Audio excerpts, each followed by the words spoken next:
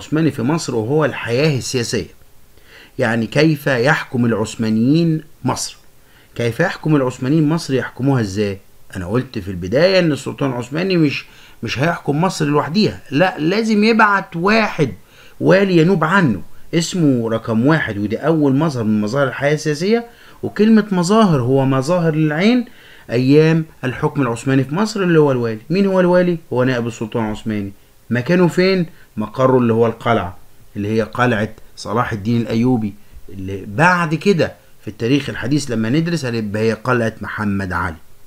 طيب، مدة حكمه من سنة ل3 سنوات، ودي مدة صغيرة، ودي كانت سبب من أسباب ضعف الحياة السياسية في مصر. كل مهماته إنه بيرسل الضريبة للسلطان العثماني. طيب، مين تاني من ضمن الحياة السياسية اللي كانت أو نظام الحكم اللي كانت أيام الدولة العثمانية؟ جماعة اسمهم الديوان. من هم الديوان؟ الديوان دول هم مجموعة من الضباط ومجموعة من الموظفين والعلماء والأعيان، وكانت مهمتهم مراقبة الوالي، وما يقدرش الوالي ياخد أي قرار غير لما يرجع للديوان. طب مين تاني من نظام الحكم اللي كان موجود في مصر أيام الدولة العثمانية؟ حاجة اسمها الحامية العثمانية. الحامية العثمانية اللي في الوقت الحالي يا شباب عاملة زي الجيش، وهي عبارة عن فرق عسكرية متوزعة في القاهرة والمدن الكبرى، ومهمتها انها كانت تحفظ النظام والدفاع عن الولاية. طب مين تاني من نظام الحكم؟ إدارة الأقاليم. إدارة الأقاليم اللي هم مين؟ إدارة الأقاليم اللي هم في الوقت الحالي برضو بيمثلوا المحافظين، وهم اللي كانوا ليهم خبرة كبيرة جدا، وخاصة المماليك اللي كانوا بيعانوهم هناك. الكلام ده مش مكتوب عندكم في الكتاب، ولكن مكتوب إن ملخص الكلام إن نظام الحكم أيام الحكم العثماني أو نظام الحكم أيام العثمانيين في مصر هو متمثلة في 1 الوالي، 2 الديوان، 3 الحامية العثمانية، 4 إدارة الأقاليم. ويجيني هنا دايما سؤال ومهم جدا: حمل نظام الحكم العثماني في ثناياه عوامل ضعفه بما تفسر. السبب: 1 قصر مدة حكم الوالي، رقم 2 زيادة سلطة الديوان والحامية العثمانية. حلو خالص. وكان من ضمن الضعف اللي هو الحالة السياسية ان ظهر احد المماليك اسمه علي بيك كبير، وحاول انه ينفرد بحكم مصر لما لقى ان الدولة العثمانية بدأت قبضتها تخف شوية عن حكم في مصر، فبدأ يستقل. فكر واحد اسمه علي بيك كبير انه يستقل حكم مصر. وامتى الكلام ده؟ 1768. فبدأ يعمل ايه؟ اولا ارسل الى جنوب الشام او باقي الشام واحد اسمه محمد بيك ابو الدهب، وده كان مساعده برضه من المماليك. واتفق مع واحد اسمه ظاهر العمر. ظاهر العمر ده كان في شمال الشام، اتفق معاه انه يسيطر عليها، وهو بدوره كان بيسيطر على مصر. يعني هو كان بيسيطر على مصر علي بيك كبير. بعد كده عايز ياخد الشام، فعنده جزئين: جزء في الشمال وجزء في الجنوب. تحالف مع الشيخ ظاهر العمر حاكم جنوب الشام حتى اخضع الحجاز لنفوذه. 2 عمل ايه كمان؟ ان هو بدأ يرسل محمد بيك ابو الدهب عشان ياخذ باقي الشام. ولكن اللي حصل ان فشلت حركة علي بيك كبير. طب فشلت ليه؟ لان انحاز محمد بيك ابو الدهب للسلطان العثماني، واتفق معاه ضد مين؟ علي بيك كبير. يعني اتفق معاه ضد مين؟ علي بيك كبير. حلو خالص. اذا ممكن اقول ما النتائج المترتبة على حركة علي بيك كبير؟ فشلت حركة علي بيك كبير. ليه؟ لا، بسبب خيانة محمد بيك ابو الدهب. بسبب خيانة محمد بيك ابو الدهب. طيب، ايه تاني يا استاذ مظاهر الحكم العثماني في مصر؟ من مظاهر الحكم العثماني في مصر الحياة الاقتصادية، ونلقاها انها ضعيفة في الزراعة والصناعة والتجارة. تدهورت في الزراعة ليه؟ وتدهورت في الصناعة ليه؟ وفي التجارة ليه؟ تعالى نمسك في البداية. في الزراعة تدهورت ليه؟ لأن كان في نظام اسمه نظام حق الانتفاع. وما هو هذا النظام؟ حق الانتفاع هو انتفاع الفلاح بزراعة الأراضي، وليس له حق التصرف فيها أو بيعها أو توريثها. يعني من الآخر الأرض ملك السلطان العثماني، هو اللي بيتصرف فيها، وما يقدرش الفلاح لا يبيعها ولا يأجرها ولا يورثها لأبنائه من بعد ما ماتوا. طيب، إيه كمان اللي من مظاهر ضعف الحياة أو تدهور الزراعة في مصر؟ هنقول الضرائب البائظة المفروضة على الأراضي الزراعية، إهمال شؤون الري زي السدود والجسور والترع. في نظام كان اسمه نظام الالتزام، اللي كان بيعين فيه السلطان العثماني مجموعة من الملتزمين يقوموا بجمع الضرائب الكبيرة جدا على الفلاحين، وده كله ضد مصلحة الفلاح وفي صالح السلطان العثماني. تدهورت الزراعة، فبالتالي تتدهور الصناعة. طب الصناعة تتدهور ليه؟ بسبب ان الزراعة تدهورت، والصناعة بتتدهور ليه؟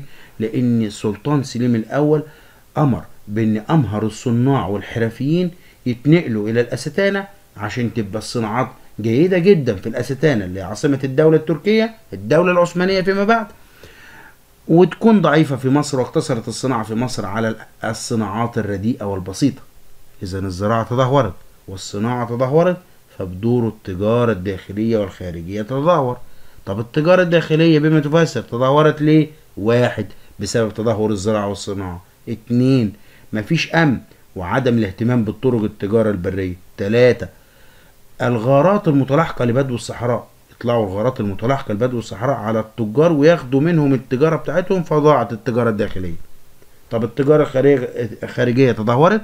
التجارة الخارجية تدهورت بسبب حاجتين. واحد، اكتشافات الجغرافية البرتغاليين لما اكتشفوا طريق رأس الرجاء الصالح ضعفت دولة المماليك، وبالتالي ضعفت الدولة العثمانية فيما بعد.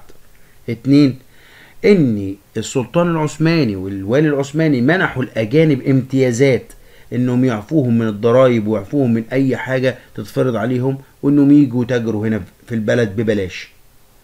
والخارجية من ضمن تدهورها لما كان في معركة دارت ما بين البرتغاليين وما بين المماليك، وكان المماليك عندهم اسطول كبير بيشتغلوا فيه في التجارة فيما بعد.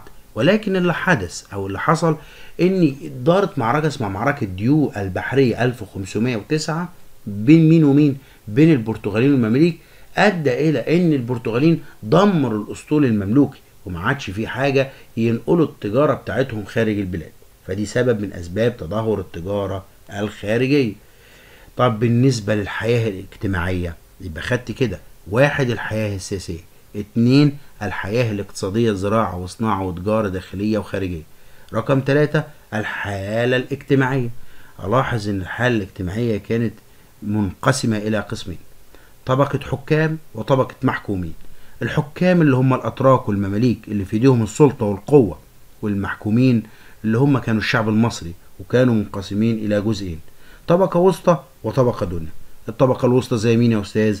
زي المشايخ والعلماء ورجال الدين وكبار التجار والحرفيين والصناع. أما الطبقة الدنيا اللي هم بقى عامة الشعب وصغار الحرفيين والفلاحين. وتلاقي إن طبقة الدنيا دي عانت من الفقر والظلم وانتشار المجاعات وتفشي الأوبئة، والأمراض ازدادت، وازدادت البطالة وازداد التشرد. إذا أقدر أقول إن الحالة الاجتماعية في مصر كانت سيئة للغاية. حاكم بيسيطر مع القوة والنفوذ والمال، والمحكومين اللي هم المصريين اللي هم مغلوبين على أمرهم، بمعنى صح مفتقدين من خيرات البلاد. إذا هنا خدت الحالة الاجتماعية، وده رقم 3. آخر حاجة أخدها من مظاهر الحكم العثماني، ودي آخر حاجة عندي في الدرس: الحياة الفكرية والثقافية تدهورت. طب ليه؟ بسبب العزلة التي فرضها العثمانيين على المصريين. يعني ايه يا أستاذ عزلة؟ فهمهاني. يعني إنه منعوا المصريين إنهم يطلعوا بره ويتعلموا، لا، حبسوهم هنا في مصر، وكان التعليم قاصر على حفظ وتعليم القرآن الكريم والأحاديث النبوية الشريفة. ونلاقي إن اختفت العلوم الأدبية، واختفت العلوم اللي هي بتعتمد على التفكير والإبداع زي الرياضيات والطبيعة والكلام ده كله. ونلاحظ ان انتشر الجهل والشعوذة والتخلف في الدولة. إذا أقدر أقول ان الحياة الفكرية والثقافية في مصر سادت من النوع من الجهل والتخلف، والذي تدهور كبير جدا.